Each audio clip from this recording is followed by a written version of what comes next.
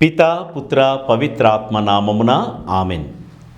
క్రీస్తు ప్రభుని యందు ప్రియులగు దేవుని బిడ్డలారా, సహోదరి సహోదరులారా, క్రీస్తు జయంతికి ఆధ్యాత్మికంగా సిద్ధపడుతున్నటువంటి ఈ పవిత్రమైన ఆగమన కాలములో మన గమనం ఎటు?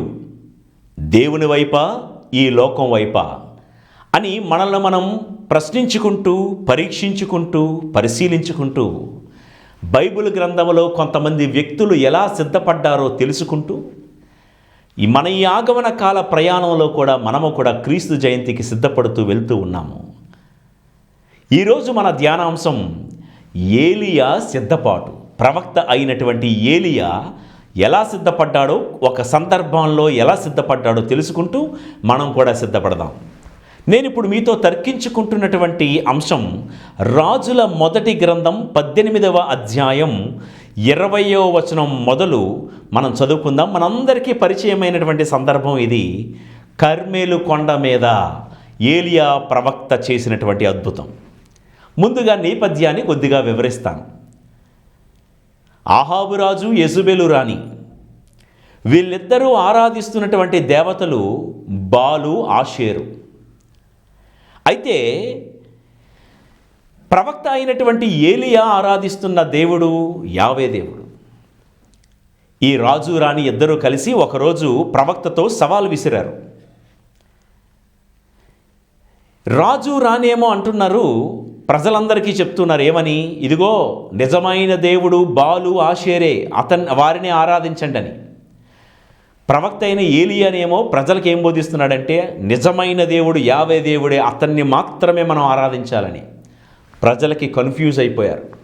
అసలు యావే దేవుణ్ణి ఆరాధించాలా ఏలియా చెప్పినట్లు, లేదా రాజు రాణి చెప్పినట్లుగా బాలును, ఆషేరును ఆరాధించాలా అని కన్ఫ్యూజన్లో ఉన్నటువంటి వేళ ఈ ఆహాబు, యెజెబెలు ఏలియా ప్రవక్తకు ఒక ఛాలెంజ్ విసిరారు, ఒక సవాల్. ఏంటో తెలుసా?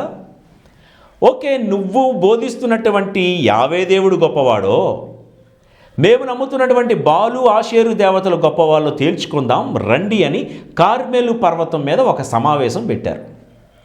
ఈ కార్మెలు కొండ మీద ఒకవైపు ఏలియా ఒక్కడే యావే దేవుని పేరిట ఒకవైపు, జాగ్రత్తగా వినండి, ఏలియా ఒక్కడే ఒకవైపు, అటువైపు రాజు రాణి బాలు దేవతలను ఆరాధించే ప్రవక్తలు 450 మంది, ఆషేరు దేవతను ఆరాధించే ప్రవక్తలు 400 మంది.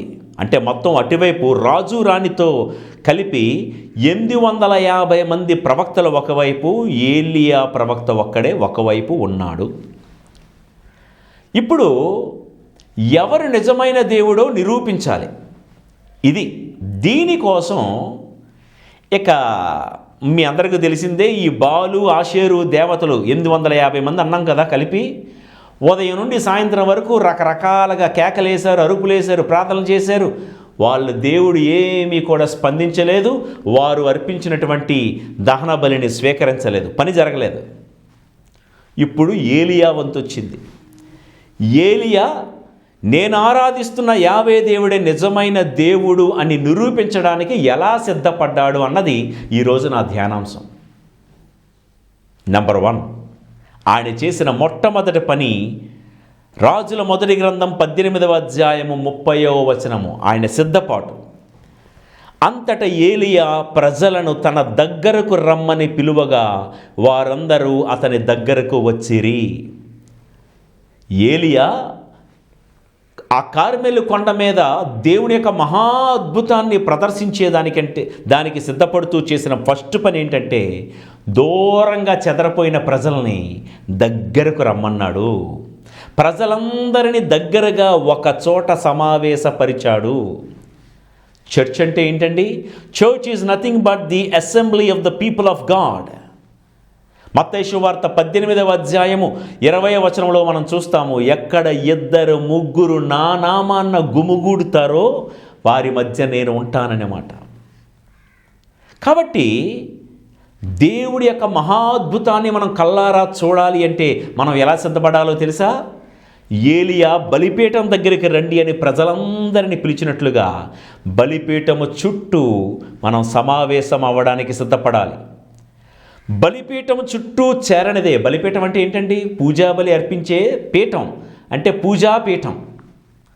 పూజాపీఠాన్ని చేరనిదే అంటే మనం ఆరాధించనిదే, మనం అక్కడ బలి అర్పించనిదే మన సమస్యలు పరిష్కారం అవ్వవండి. మన జీవితానికి ఒక మార్గం దొరకదండి. కాబట్టి జనులందరూ ఒక చోట దగ్గరకు, పీఠానికి దగ్గరగా సమావేశం అవ్వాలి. ఏదో ఒక మూల కాదు, పీఠానికి దగ్గరగా రావాలి. ఇది స్త్రీ సభ యొక్క కట్టడ అండి. మనం ఎప్పుడు చర్చికి వెళ్ళినా నేను పదే పదే చెప్తా ఉంటాను, బలిపీఠానికి ఎంత దగ్గరగా మనం గుమిగూడుకొని ఉంటామో అంత గొప్పగా దేవుని మహాద్భుత శక్తి కార్యాలు మనం చూస్తాము. మామూలుగా కొన్ని చర్చెస్లో మనం చూస్తాము, ఆదివారాల పూట కాకుండా మామూలు రోజుల్లో మామూలుగా జనాలు పలచగా ఉంటారు కదండి. పూజ జరుగుతున్నప్పుడు అనుకుందాం ఒక 30 మంది 40 మంది ఉంటారు. గట్టిగా కూర్చుంటే ఒక 2-3 బెంచెస్లో సరిపోతారు, 2-3 వరుసల్లో సరిపోతారు. కానీ చర్చిలో ఒక 30 ఫ్యాన్లు ఉంటే 30 ఫ్యాన్లు కూడా గిరగిరా తిరగాల్సిందే. వచ్చింది 20 మంది, కానీ ఒక్కొక్కరు ఒక్కొక్క ఫ్యాన్ కింద కూర్చుంటారు. ఇక్కడ కరెంటు బిల్లు వేస్ట్ గురించి నేను మాట్లాడటం లేదండి. బలిపీఠానికి దగ్గరగా కూర్చోవాలి. అప్పుడు దేవుని యొక్క మహాద్భుత కార్యాలు మనము కనులారా చూడగలం. చర్చిలో ఎవరికీ ఫిక్స్డ్ ప్లేస్ లేదండి. నేను చెప్తా ఉంటాను, ఇక్కడే కూర్చున్నారు మా నాన్న, ఇక్కడే నేను కూర్చుంటాను, నా పిల్లలు కూడా ఇక్కడే కూర్చుంటారు. సీట్ ఈజ్ రిజర్వ్డ్ కదా. కొంతమంది హ్యాండ్ బ్యాగులు పెట్టి రిజర్వ్ చేస్తారు, కొంతమందికి కచ్చిఫ్లు వేసేస్తారు, కొంతమంది ఆల్రెడీ రిజర్వ్ చేస్తారు, ఎందుకంటే లేటుగా వస్తారన్నమాట వాళ్ళు. బలిపీఠానికి దగ్గరగా కూర్చోవాలండి. ఫ్యాన్కి దగ్గరగా కాదు, కిటికీకి దగ్గరగా కాదు, పూజ అయిపోయిన వెంటనే ఫస్ట్ నేనే వెళ్ళిపోవాలనే ప్రధాన ద్వారం దగ్గరగా కాదు, బలిపీఠానికి దగ్గరగా. ఇక తర్వాత ఏమైంది? బలిపీఠం దగ్గరికి రమ్మన్నాడు. అదే 30 అతడు పడిపోయి ఉన్న యావే బలిపీఠమును మరమ్మత్తు చేయించెను. ప్రజలందరూ దగ్గరికి వచ్చారు. రెండో స్టెప్ ఏంటంటే బలిపీఠం పడిపోయి ఉందండి. బలిపీఠం పడిపోయి ఉంది. ఎందుకు పడిపోయింది బలిపీఠం? ఎందుకంటే ప్రజలు 2 తడవల మధ్య ప్రయాణిస్తున్నారు, 2 తలంపుల మధ్య ఉన్నారు. ఇందాక నేను చెప్పినట్లుగా, రాజు రాణి చెప్తున్నట్లుగా బాలు ఆషేరు దేవతలను ఆరాధించాలా, ఏలియా బోధిస్తున్నట్లుగా యావే దేవుణ్ణి ఆరాధించాలా? 2 దైవాల మధ్య, 2 తలంపుల మధ్య ఊగిసలాడుతూ, విశ్వాసంలో స్థిరత్వం లేక, భక్తిలో నిలకడలేక 2 పడవల మధ్య ఊగిసలాడే ఏ సంఘమైనా పడిపోతుంది. 2 భావాల మధ్య ఊగిసలాడే, 2 వ్యక్తిత్వాలు స్వభావాల మధ్య ఊగిసలాడే ఏ కుటుంబమైనా పడిపోతుంది. బలిపీఠం ఎందుకు పడిపోయింది? ఈ రోజుల్లో చాలా సంఘాలు, చాలా కుటుంబాలు పడిపోయి ఉన్నాయండి. కారణం ఏంటో తెలుసా? ఈ ప్రజలు 2 తలంపుల మధ్య ఎలాగైతే ఊగిసలాడారో, ఈ రోజుల్లో కుటుంబాల్లో డబుల్ స్టాండర్డ్స్, స్ప్లిట్ మెంటాలిటీ. యాకోబు గారు రాసిన లేఖ 1వ అధ్యాయం 8వ వచనంలో ద్వంద్వ ప్రవృత్తి కలిగినటువంటి ప్రజలు. ఒకవైపు భక్తి, మరోవైపు లోకాశలను జయించలేని బలహీనత. అందుకే బలిపీఠం పడిపోయి ఉంది. చాలా సంఘాలు పడిపోయి ఉన్నాయి. కారణం ఏంటి? Double standards. దేవుడా దేవుడా దేవుడా అని ఒకవైపు దేవుని స్తుతిస్తూ, ఇంకోవైపు లోకాన్ని, లోకాశలను విడిచిపెట్టలేని బలహీనత. ఈ బలము బలహీనతల మధ్య, రెండింటి మధ్య ఊగిసలాడుతూ ఏ సంఘం ఉంటుందో, ఏ దేశం ఉంటుందో, ఏ కుటుంబం ఉంటుందో ఆ కుటుంబాలు పడిపోతాయి. ప్రియులకు దేవుని బిడ్డలారా, ఇక్కడ బలిపీఠం పడిపోవడానికి కారణం ఏంటంటే రాజు వైపు మొగ్గు చూపాలా, ప్రవక్త వైపు మొగ్గు చూపాలా? ఈ కన్ఫ్యూజన్లో బలిపీఠం పడిపోయి ఉందంట. నీ కుటుంబంలో ఇప్పుడు కన్ఫ్యూజన్ ఉందా? పండగ కొనియాడుతున్నటువంటి మన సంఘాల్లో కన్ఫ్యూజన్స్ ఉన్నాయా? డబుల్ స్టాండర్డ్స్ ఉన్నాయా? ద్వంద్వ ప్రవృత్తి ఉందా? నిలకడలేని, స్థిరత్వం లేని పరిస్థితుల్లో మనం ఉన్నామా? నా కుటుంబం పడిపోయి ఉంది, నేను సిద్ధపడాలి, నేను చేయాల్సిన డెకరేషన్ నా ఇంటిలో కాదు, నా ఇంటికి నేను డెకరేషన్ చేయాలి. ఏ విలువలైతే నా ఇంట్లో పడిపోయాయో మరమ్మత్తు చేయాలి. ఏ వాల్యూస్ అయితే నేను వదిలేశానో మరమ్మత్తు చేసుకోవాలి.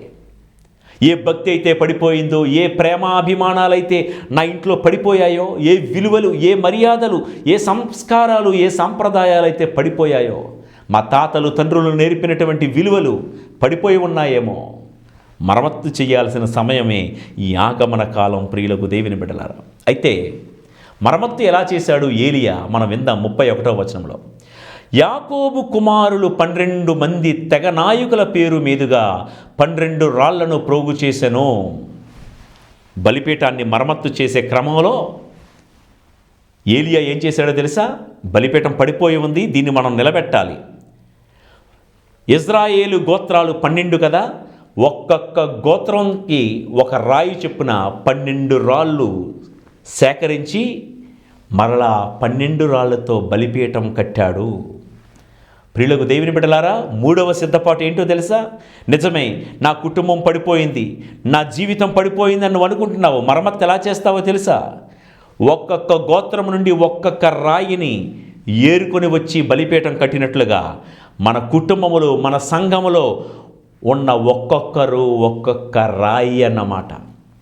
యూత్లో ఉన్న వాళ్ళందరూ ఒక్కొక్క రాయి, భక్త సంఘాల్లో ఉన్న వాళ్ళందరూ ఒక్కొక్క రాయి, ఉపదేశులు అందరూ ఒక్కొక్క రాయి, డయసిస్లో ఉన్న ఫాదర్లందరూ ఒక్కొక్క ఫాదరు ఒక్కొక్క రాయి, ఒక్కొక్క సిస్టరు ఒక్కొక్క రాయి, ఈ శ్రీసభలో ఉన్న ఒక్కొక్క బిషప్పు ఒక్కొక్క రాయిగా మారి కలవాలి. కుటుంబంలో బలిపీఠం పడిపోయి ఉందా? భర్త ఒక రాయి, భార్య మరొక రాయి, ఆ ఇంట్లో ఉన్న పెద్ద కొడుకు ఒక రాయి, చిన్న కొడుకు ఒక రాయి, పెద్ద కూతురు ఒక రాయి, చిన్న కూతురు ఒక రాయి, ఆ ఇంట్లో ఉన్న పెద్ద కోడలు ఒక రాయి అయితే చిన్న కోడలు మరొక రాయి, అత్తగారు ఒక రాయి, అల్లుడు మరొక రాయి. ఇలా కుటుంబం అంతా కూడా రాళ్ళన్నీ, ఏ రాళ్ళైతే చెదిరిపోయాయో, ఏ రాళ్ళైతే నాకు అక్కర్లేదని చెదరగొట్టేసుకున్నామో, క్రిస్మస్ సమయంలో రాళ్ళన్నీ సేకరిద్దామండి. ఏలియా కర్మేలు కొండ మీద చెదిరిపోయిన బలిపీఠములో ఒక్కొక్క గోత్రం నుంచి ఒక్కొక్క రాయిని సేకరించేదే క్రిస్మస్ పండగ. చెదరగొట్టుకునేది క్రిస్మస్ పండగ కాదు. క్రిస్మస్కి ఎలా సిద్ధపడుతున్నాం? ఒకప్పుడు మనం అనుకున్నామా, మా పెద్దనాన్న, మా బాబాయిలు మాకు అక్కర్లేదు అనుకున్నావా? వారిని చేర్చుకో, సేకరించుకో. నువ్వు అనుకున్నావేమో, మా అక్కలతోనూ, మా అన్నయ్యలతోనూ, మా తమ్ముళ్ళతోనూ నాకు సంబంధం లేదేక, వాళ్ళ బతుకు వాళ్ళది, నా బతుకు నాదని. సేకరించుకోవడం. నేను చెప్పేది మీరు అనుకోవచ్చు, మీరు చెప్పేటంత ఈజీ కాదండి అని. ఈజీయో కష్టమో నాకు అనవసరం. నేను చెప్పేది ఉన్నదున్నట్లుగా బైబిల్ వాక్యం, దేవుడు మనతో సూటిగా మాట్లాడుతున్నాడు, సుత్తి లేకుండా. సిద్ధం చేసుకోవలసింది మన బాధ్యత. ప్రియులకు దేవుని బిడ్డలారా, దేవుడి వాక్యము ఎల్లవేళలా మనకు అనుకూలమైనదై ఉండదు. మనల్ని హెచ్చరిస్తూ ఉంటుంది, గద్దిస్తూ ఉంటుంది ఒక్కొక్కసారి.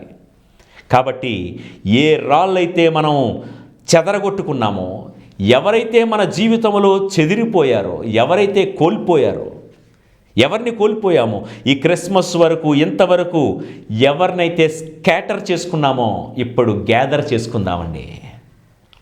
ఇది సిద్ధపాటు, ఇది సిద్ధపాటు.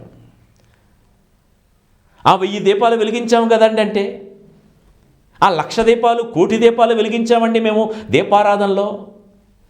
ఎన్ని దీపాలు వెలిగించినా ఎక్కడ దీపం వెలగకపోతే ఎందుకు? ప్రియులకు దేవుని బిడ్డలారా, బలిపీఠం మరమ్మత్తు చేయాలి. బలిపీఠం పడిపోయి ఉంది. ఏలియా ఒక్కొక్క రాయిని గ్యాదర్ చేసినట్లుగా ఒక్కొక్క స్నేహితుడిని చేర్చుకో, ఒక్కొక్క బంధువుని చేర్చుకో, ఒక్కొక్క సంఘస్థుని, ఏ సంఘస్థుడమైతే వైషమ్యాలు కలిగి ఉన్నావో, ఏ సోదరుడి మీద, ఏ సోదరి మీద అయితే మరలా పగలు, ప్రతీకారాలు, శత్రుత్వాలు మనసులో ఉన్నాయో, అవన్నీ ఎందుకు కాదనుకున్నామో మరలా అవుననుకొని కలుపుకుంటూ వెళ్ళేదే క్రిస్మస్ పండగ. తర్వాత ఏం చేశాడో విందామండి. బలిపీఠం అయితే నిర్మించాడు. 32వ వచనము, ప్రభువు నామమున ఒక బలిపీఠమును నిర్మించి దాని చుట్టూ 2 కడవల నీళ్లు పట్టు కందకమును త్రవ్వించెను. చుట్టూ ఒక కందకమును త్రవ్వించెను. బలిపీఠం కట్టేశాడు. బలిపీఠము చుట్టూ కూడా కందకము అంటే ఏంటండి? కందకం అంటే ఒక గుంట, ఒక గొయ్యి, ఒక గుంట తవ్వించాడు. ఎందుకు ఇది? బలిపీఠం ఇక్కడ ఉంది, బలిపీఠము చుట్టూ కూడా కందకాన్ని త్రవ్వించాడంట, గోతిని, గుంటను. ఎందుకు? లోకము అటువైపు ఉంది, బలిపీఠం ఇటువైపు ఉంది. లోకములో ఉన్నదేది బలిపీఠం దగ్గరికి రాకూడదు, అందుకే చుట్టూ గుంటను త్రవ్వారండి. మీకు అర్థమవుతుందా? మధ్య ఒక కందకాన్ని ఎందుకు త్రవ్వారంటే లోకాశలు ఏమీ కూడా మన దరి చేరకుండా ఒక గుంటను తవ్వుకున్నాడు. లోకానికి మనకు మధ్య ఒక గ్యాప్ ఉండాలండి. లోకానికే, లోకంలో ఎవడో ఏదో స్టైల్స్, ఏవో ఫ్యాషన్స్, ఏవో ట్రెండ్స్, లోకంలో రకరకాల పోకడలు ఉంటాయి. లోక పోకడ నీ జీవిత పీఠాన్ని చేరకూడదు సుమా. లోకములో ఉన్న మకిలి, మాలిన్యం, మసి నీ జీవితాన్ని చేరకుండా చుట్టూ ఒక గుంట తవ్వించుకో. లోకానికి నీకు గ్యాప్ ఉండాలి. లోకములో ఉన్న వ్యవహారాలకు నీకు ఒక గ్యాప్ ఉండాలి. లోకంలోనే బ్రతుకుతున్నాం, కానీ లోకములో ఉన్నదేది మనలోనికి రానివ్వకూడదు. తెలుసు కదా, పాత సామెతే, పాత పోలికే. నీటిలోనే ప్రయాణిస్తుందంట పడవ, కానీ ఆ నీటిని పడవలోనికి చేర్చుకోకూడదు. ఇదే సూత్రం. ఓల్డ్ అయిన గోల్డ్.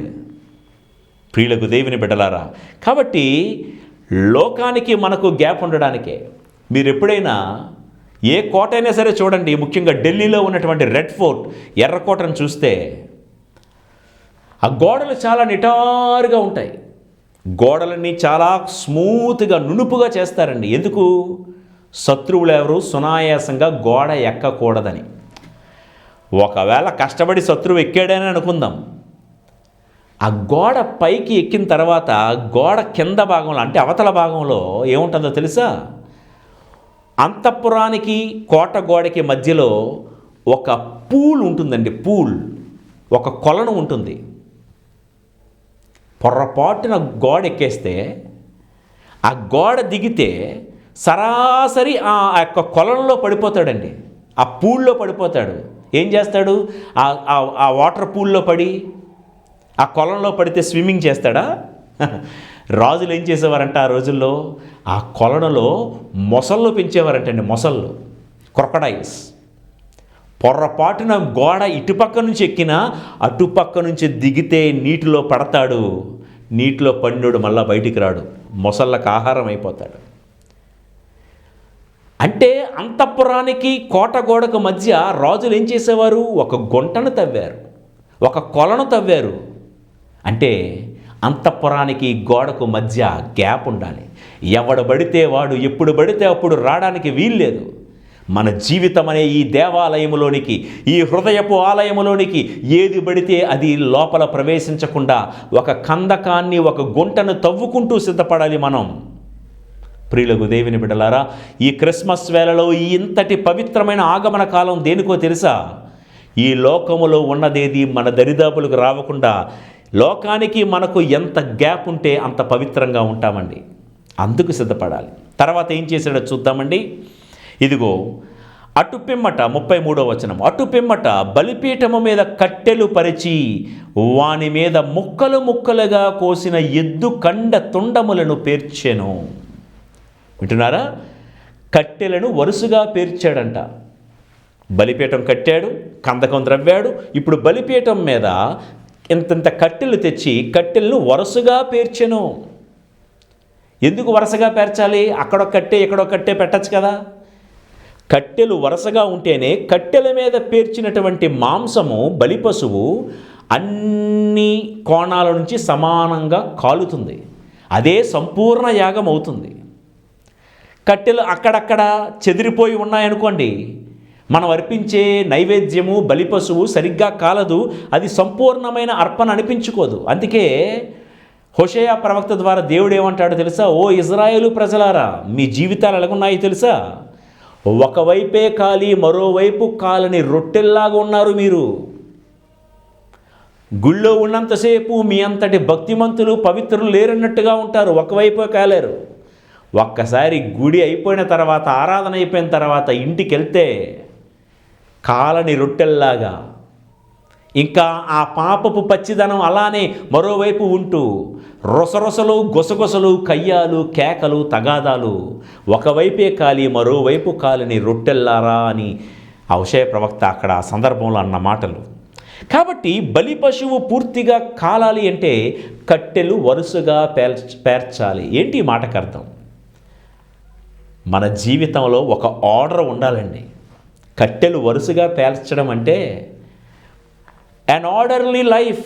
మన జీవితంలో ఎవరిష్టం వచ్చినట్లుగా వాళ్ళు బతకూడదు. సంఘానికి వచ్చినప్పుడు, చర్చికి వచ్చినప్పుడు ఒక ఆర్డర్ ఉండాలి, ఒక క్రమం ఉండాలి. చూడండి, మన ఊరు ప్రదక్షిణలో ఫాదర్ గారు చెప్తారే మైకులో, ప్రదక్షిణ ఈ రీతిగా ఉండాలి. మొదటగా పూజ సహాయ బాలురు, తర్వాత బాలురు బాలికలు, తర్వాత స్త్రీలు పురుషులు, అటు తర్వాత బ్రదర్లు, తర్వాత అమ్మగారులు, తర్వాత ఫాదర్లు, తర్వాత ఇలా తేరు. ఒక క్రమం, ఒక క్రమం పైన పద్ధతిలో జరిగేదే ఆరాధనండి. క్రమము లేని చోట అక్రమమే ఉండును, సమస్త అక్రమము పాపమే అని బైబిల్ గ్రంథంలో రాయబడింది. కాబట్టి ప్రియులకు దేవుని బిడ్డలారా, కట్టెలు వరుసగా పేర్చు అంటే మనకంటూ ఒక డిసిప్లిన్ ఉండాలండి. మన లైఫ్లో ఏం తింటున్నామో, ఏం త్రాగుతున్నామో, ఎప్పుడు పడుకుంటున్నామో, ఎప్పుడు ఆడుకుంటున్నామో ఒక ఆర్డర్, ఒక టైం టేబుల్ ఉండాలి. నాకు నచ్చినప్పుడు లేస్తాను,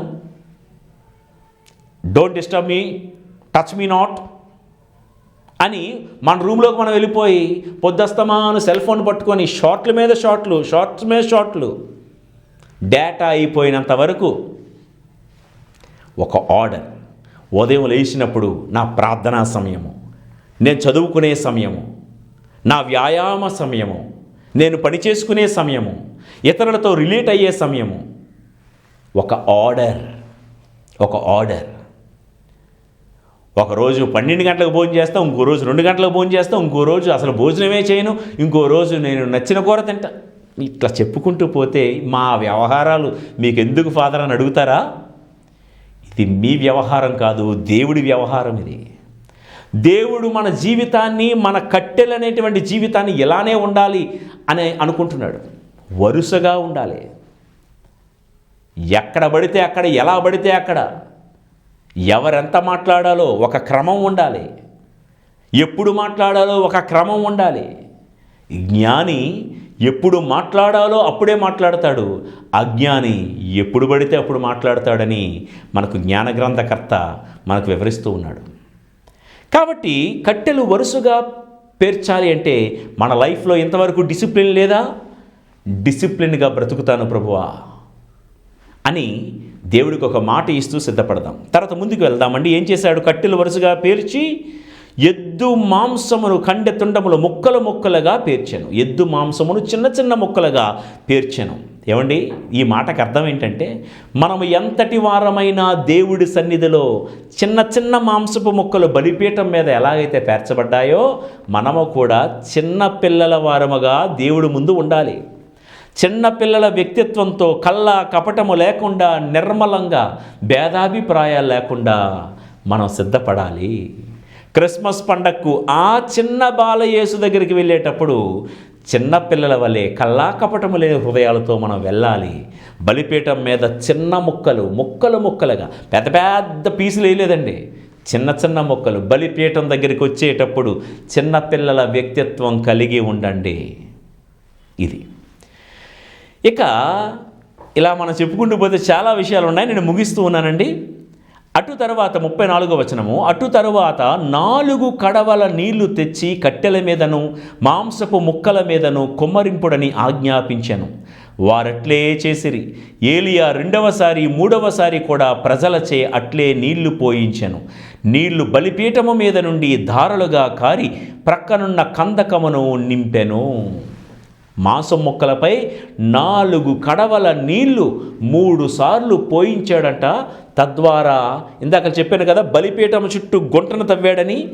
ఆ గుంట అంటే ఆ గొయ్యంతా కూడా నీటితో నిండిపోయిందంటండి. ఇక్కడ ఒక మాట నేర్చుకుందాం.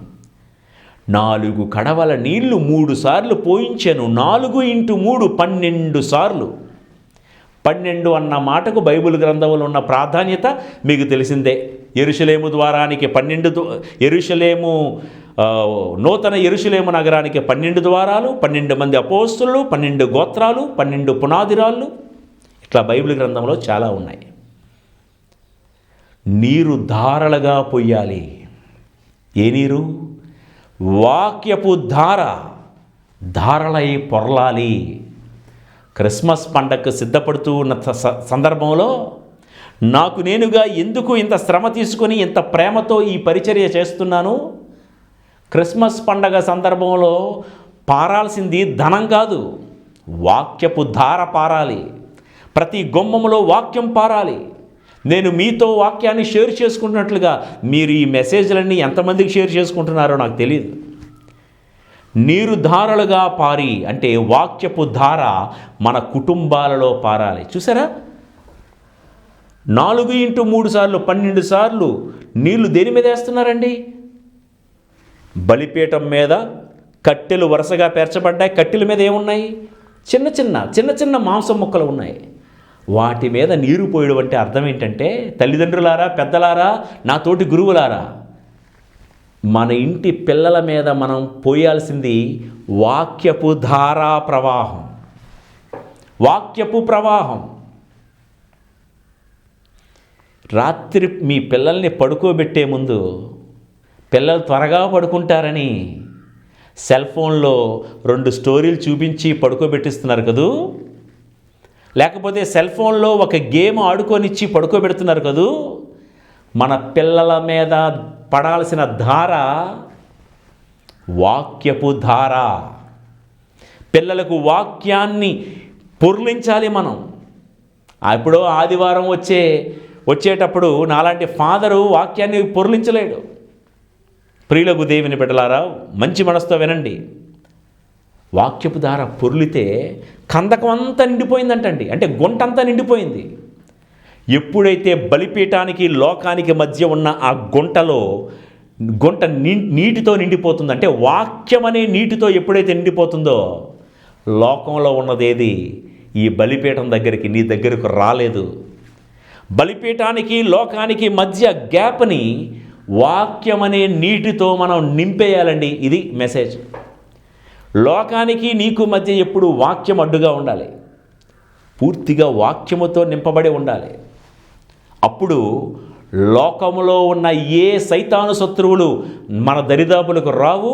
వచ్చినా సరే, ఇందాక చెప్పారు కదా, రెడ్ ఫోర్ట్లో కొలంలో పడితే ఆ శత్రువు ఎలాగైతే మునిగిపోతాడో, సైతానుడు కూడా నీటిలో మునిగిపోతాడు. తెలుసు కదా, గెరాసేనుల దగ్గర ఆ పందుల్లోనికి వెళ్ళిపోయినటువంటి ఆ దయ్యాలు, ఆ దళము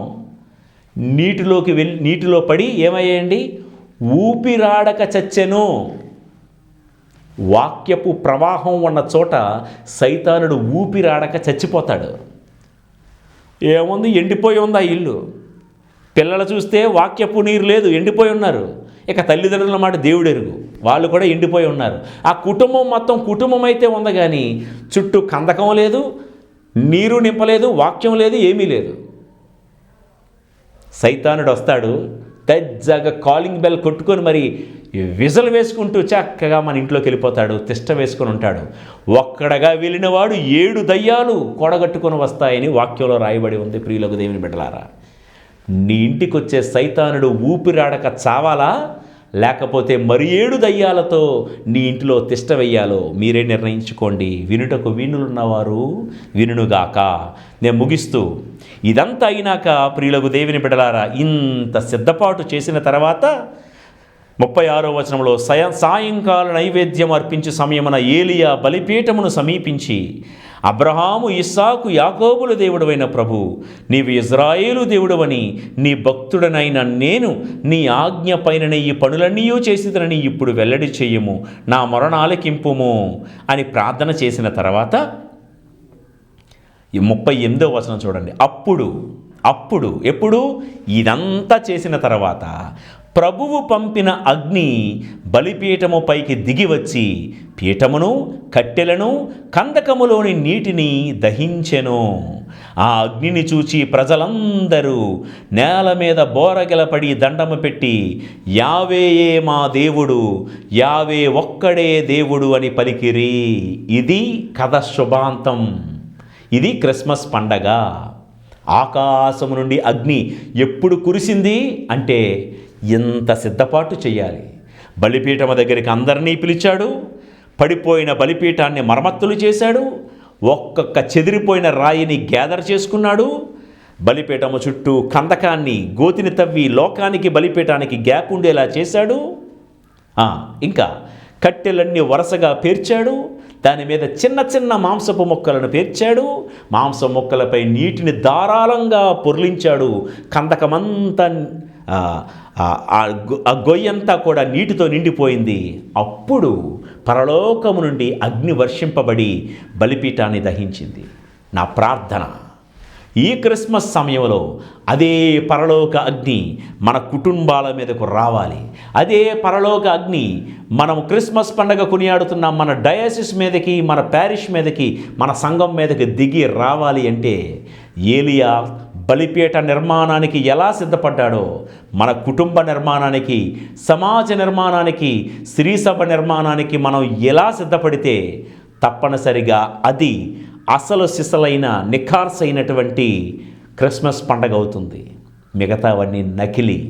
కాబట్టి ఏలియా వలె మనము కూడా సిద్ధపడదాం, దేవుని యొక్క దీవెనలు పొందుకుందాం. ఈ ప్రయత్నంలో దేవాది దేవుడు మనందరిని దీవించి కాపాడునుగాక. ఆమెన్.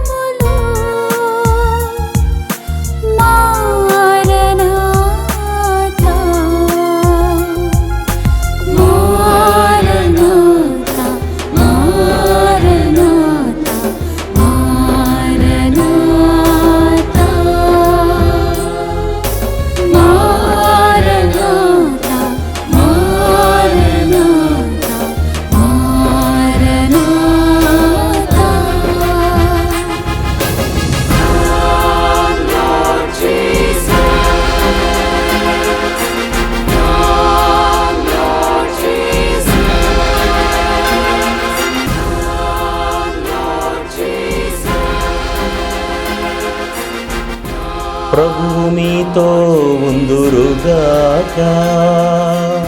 మీ ఆత్మతోనూ ఉండునుగాక. సర్వశక్తిగల సర్వేశ్వరుడు పితా పుత్ర పవిత్రాత్మ మిమ్ములను మీ కుటుంబములను ఆయురారోగ్యములతోనూ శాంతి సమాధానములతోనూ ఆశీర్వదించి కాపాడుదురుగాక.